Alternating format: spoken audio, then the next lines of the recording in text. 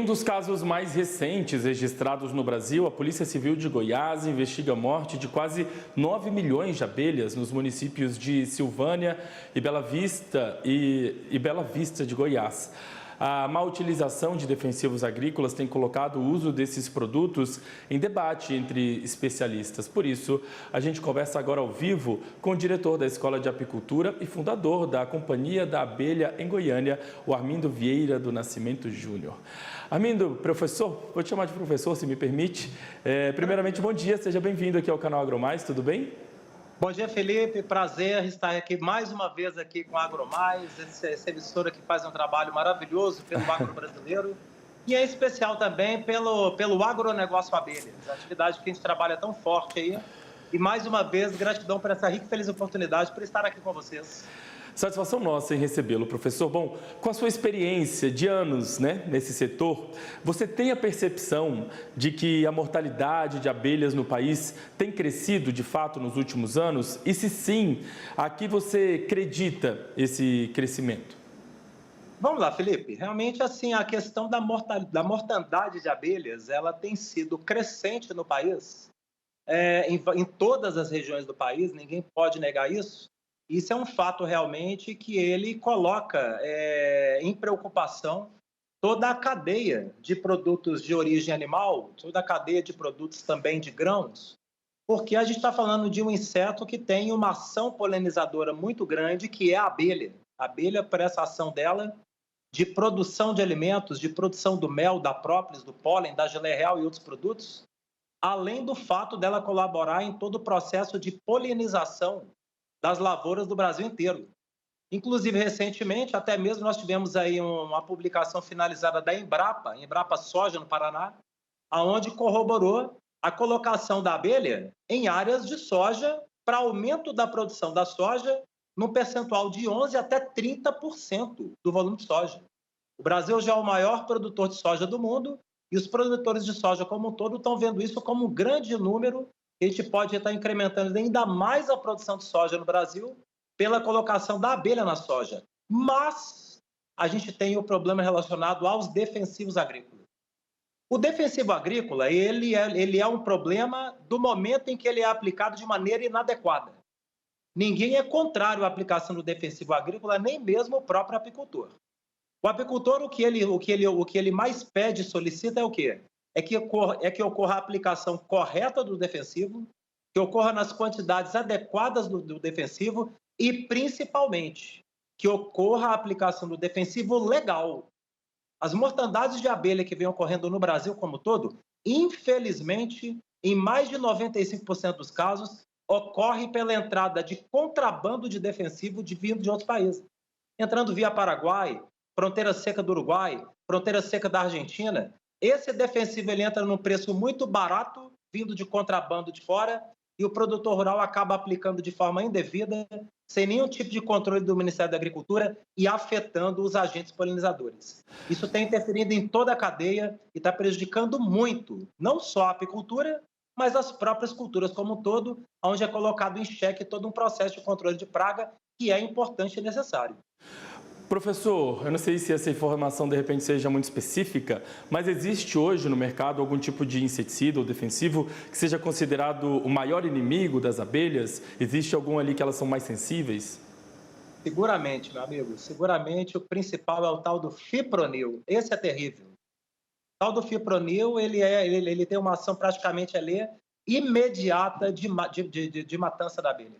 Tanto é verdade que está fazendo agora 30 dias, o IBAMA ele soltou uma primeira normativa, tá bom? Uma primeira, diga-se de passagem, uma primeira normativa em peso de lei, proibindo a aplicação do fipronil aéreo. Proibindo a aplicação do fipronil, seja até mesmo por trator, junto das lavouras. A aplicação do fipronil ela só está autorizada para aplicar em solo agora.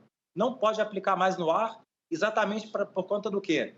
Dessa mortandade que está tendo dos agentes polinizadores. Foi a primeira medida do IBAMA, de fato, colocando em peso de lei a obrigatoriedade de você proteger o polinizador e não utilizar o defensivo.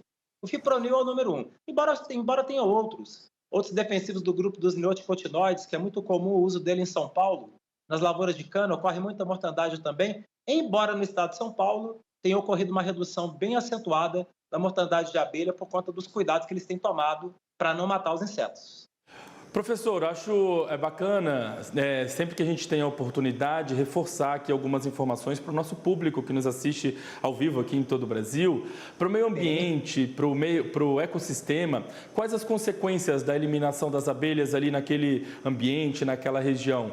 Para o próprio agronegócio, por exemplo, a eliminação das abelhas pode ser prejudicial, né? Perde ali a produtividade, por exemplo, de algumas culturas.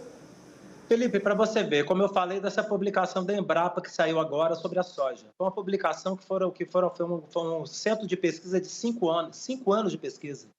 O principal pesquisador de soja no Brasil, que é o professor Décio Gazzoni, lá da Embrapa Soja no Paraná, foi quem conduziu essa pesquisa em todas as regiões do Brasil, inclusive até mesmo aqui em Goiás, aqui em Rio Verde, Goiás.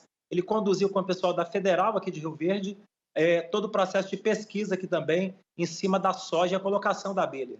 Essa pesquisa que saiu, você imagina aumentar de 11% a 30% a produção de soja só pela entrada da abelha. O que está ocorrendo em consequência dessa pesquisa? O pessoal da cafeicultura já está procurando apicultura, o pessoal da laranja já está procurando apicultura, o pessoal do limão já está procurando apicultura, o pessoal das frutíferas em geral já está procurando apicultura. Por quê? Porque a presença do agente polinizador ela aumenta a produção de grãos e frutos. Isso é indiscutível. A vida como ela existe no planeta, há 100 milhões de anos atrás, 150 milhões de anos atrás, aproximadamente, quando começaram a surgir as primeiras plantas com flores, surgiram junto os insetos polinizadores. Não haviam plantas com flores no planeta há 200, 250 milhões de anos atrás. Haviam plantas sem flores, que eram as gimnospermas. Com o advento das angiospermas, que são plantas com flores, e o surgimento dos insetos polinizadores, o grande incremento das plantas com flores no planeta ocorreram exatamente pelo processo de polinização das abelhas junto a essas flores. E, consequentemente, toda uma cadeia de alimentos que multiplicou por 1000 em todo o planeta Terra por esse processo de polinização promovido por esses agentes. Quando eu falo agentes polinizadores, não é só a abelha é o principal. Nós estamos falando aí das borboletas, nós estamos falando aí dos pássaros, nós estamos falando aí de outros insetos que colaboram nesse processo de polinização também. Pensando em termos da abelha em si e dessa importância que ela tem na produção do alimento, isso aí ele vai pesar muito para a humanidade no caso de um extermínio total da abelha. Eu acredito no extermínio total da abelha? Eu não acredito nisso. Vou ser muito franco. Eu sei que tem muita gente, às vezes, que segue correntes ideológicas, até políticas, que falam que tem um risco imenso da abelha desaparecer. Risco da abelha desaparecer total não há. O que há é um risco da redução de população de abelha, que isso é grave também. Reduzindo a população de abelha, você não tem agente polinizador para poder promover o trabalho adequado nas flores. Ocorrendo redução do agente polinizador, ocorre redução do quê? Da transferência genética do pólen de uma planta para outra. Ocorrendo essa redução do gene, você tem no médio e longo prazo uma redução da produção de alimento.